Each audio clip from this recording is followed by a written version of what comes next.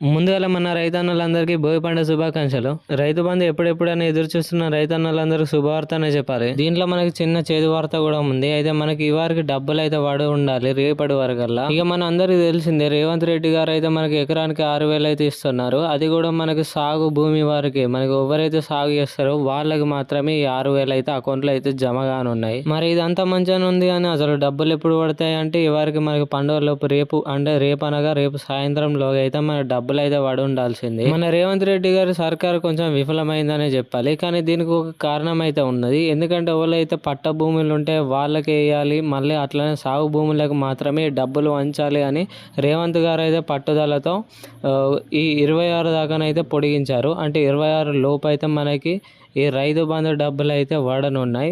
So కొంచెం ఆగి చూడండి, ఇప్పుడే కాదు మనకి 26 లోపు అయితే డబ్బులు అయితే పడతాయి.